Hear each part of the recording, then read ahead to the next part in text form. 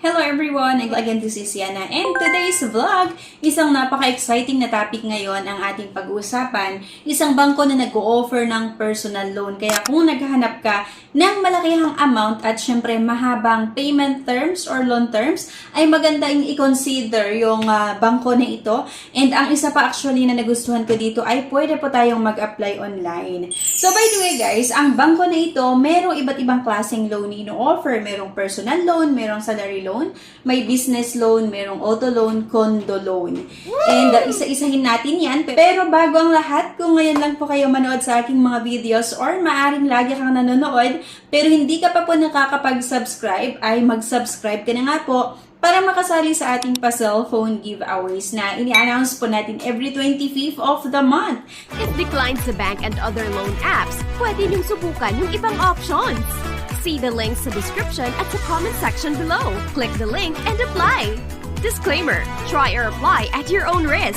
Ang bangko na ito ay ang Welcome Bank na pwede nating mautang ay 50,000 hanggang 1 million sa personal loan. Ang nakakatuwa lang dito mga beshes, napakahaba yung loan terms na ino-offer kasi meron pong 12 months hanggang 36 months. Kaya makakahanap talaga tayo ng ating pambayad sa ating magiging monthly amortization kasi nga po napakahaba yung loan term. So pwede tayong mamili 12 months, 18 months, 24, or 36 months. Payment option dito mga beshies via PDC or post-dated check. Ano nga ba yung PDC?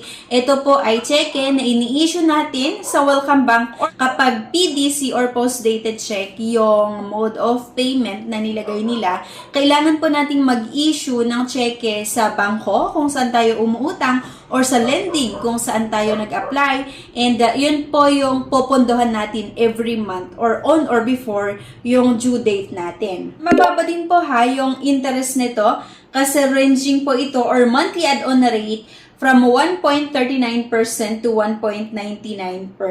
Competitive din yung interest rate niya kung i-compare natin naman sa ibang bangko. So, meron ibang eligibility criteria and I'm sure kapag napanood nyo yung ibang mga videos na na-upload ko dito, yung mga bank loan or lending companies na nagpapautang, bawat isa po ay may kanya-kanyang eligibility criteria. So, dito nga po sa Welcome Bank, dapat po Filipino citizen at yung edad ay 21 hanggang 65 year of age. At employed for at least 2 years and with minimum of 20,000 net monthly income with active credit card with minimum credit limit of 30,000 pesos. Medyo mataas yung eligibility criteria ng Welcome Bank, pero kapag pumasa naman tayo dito ay napakadali yung pag-process nila ng ating loan application. Minsan hindi pa nga yun inaabot ng isang linggo, malalaman mo agad kung declined or approve ang inyong loan application.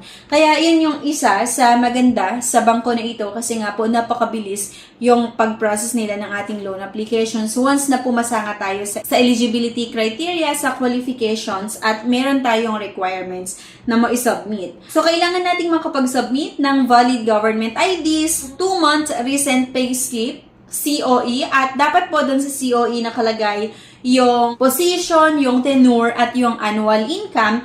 Dapat din po, meron tayong latest ITR. So, kung tayo naman po ay isang empleyado at least naka-isang taon ka na sa present employer mo, pwede ka nang pumunta sa HR at mag-request ng ITR kung sakali na wala ka pa. Okay? And then, 2 months credit card statement kasi nga po ang isa sa eligibility criteria para makautang dito sa Welcome Bank ay dapat meron po tayong credit card na at least ang credit limit ay 30,000 pesos. Yung utility bill under your resident address. May mga nagtatanong like, Miss Yana, paano yan? Yung utility bill ko hindi nakapangalan sa akin, I mean nakapangalan sa father ko or sa husband or sa kapatid. Pwede nyo pa rin naman gamitin yon na utility bill as long nga po na doon kayo nakatira or yung address na nakalagay sa utility bill ay nga kayo nakatira. So, meron itong fees and charges na kailangan yung malaman, di ba? Kasi kailangan natin i-consider ang mga ito bago tayo umutang. Pero dito naman, mababa yung mga fees and charges niya kung i-compare natin, di ba, dun sa mga loan app or yung mga OLAs na makikita natin sa Google Play Store or sa App Store na halos 50% ang utangin mo. Yun yung mga fees and charges nila. Pero dito sa Welcome Bank, napakababa naman po yung fees and charges like yung processing fee, 3% of approved loan amount at meron nga itong notarial fee. Mura lang din naman kasi 400 pesos. Late payment fees, 1,500 or 15% amortization, whichever is higher. Isa nga sa maganda dito sa Welcome Bank na nabanggit ko nga din kanina ay pwede nating isubmit yung ating loan application online kaya hindi na natin kailangan, diba, na pumunta sa branch nila, kukuha ng application form, isubmit yung mga requirements. I mean, magpipila ka pa para makapag-apply. Sa Welcome Back nga, napaka-hassle-free talaga.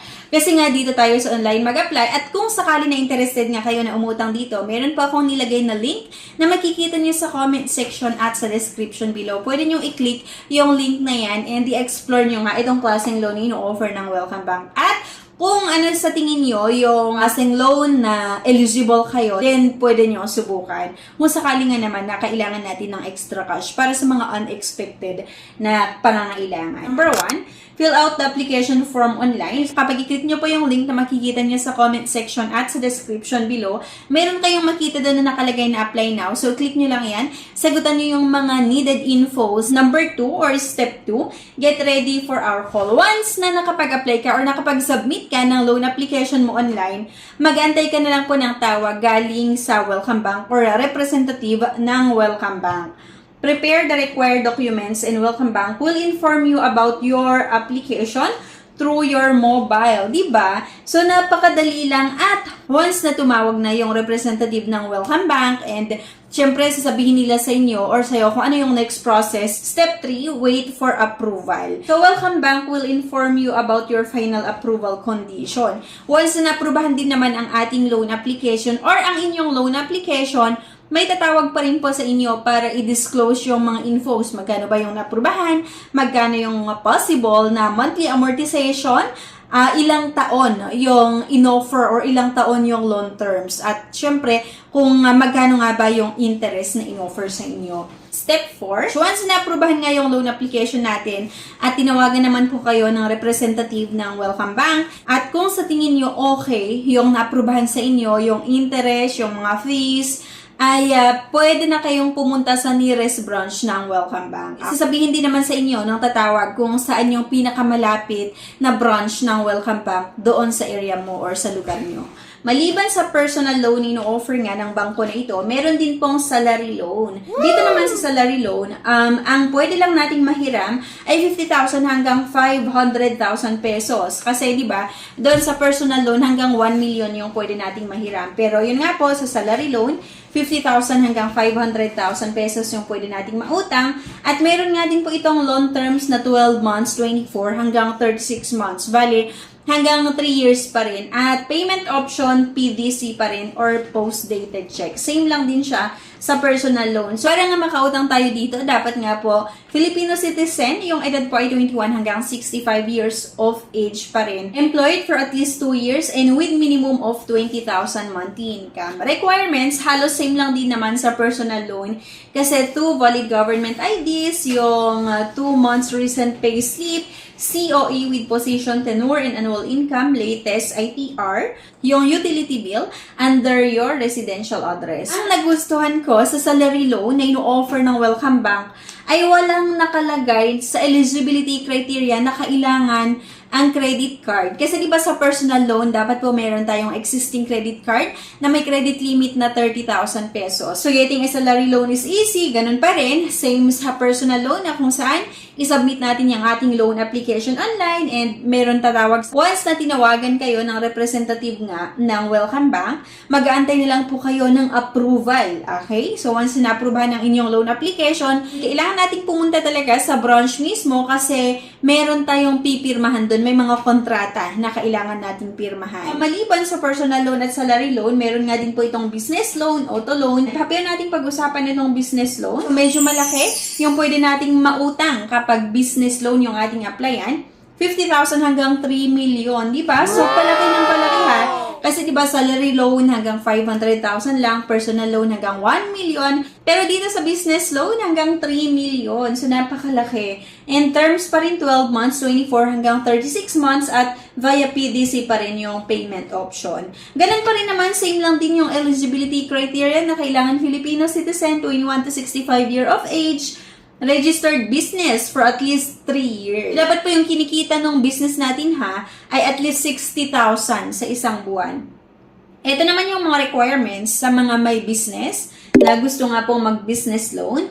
2 valid government IDs, yung 3 months bank statement, DTI, or SEC registration, yung latest mayor's permit, yung latest ITR with audited financial statement, utility bill under your residential address, at yung 6 trade references, 3 clients, and 3 suppliers. So, ganun lang din. I-submit lang din natin yung ating loan application online at may tatawag sa inyo once na okay yung application nyo, mag-antay na lang po tayo ng approval. Once na approbahan, tatawagan po kayo ng representative ng Welcome Bank para papuntahin nga sa nearest branch nila para sa signing ng kontrata. So yun lang, napakabilis umutang at para nga sa mga interested na manghiram dito, may link nga po tayo na pwedeng ma-click na nilagay ko po sa comment section at sa description below. I-click nyo lang yung link na yun para ma-reroute kayo mismo dito sa Welcome Bank.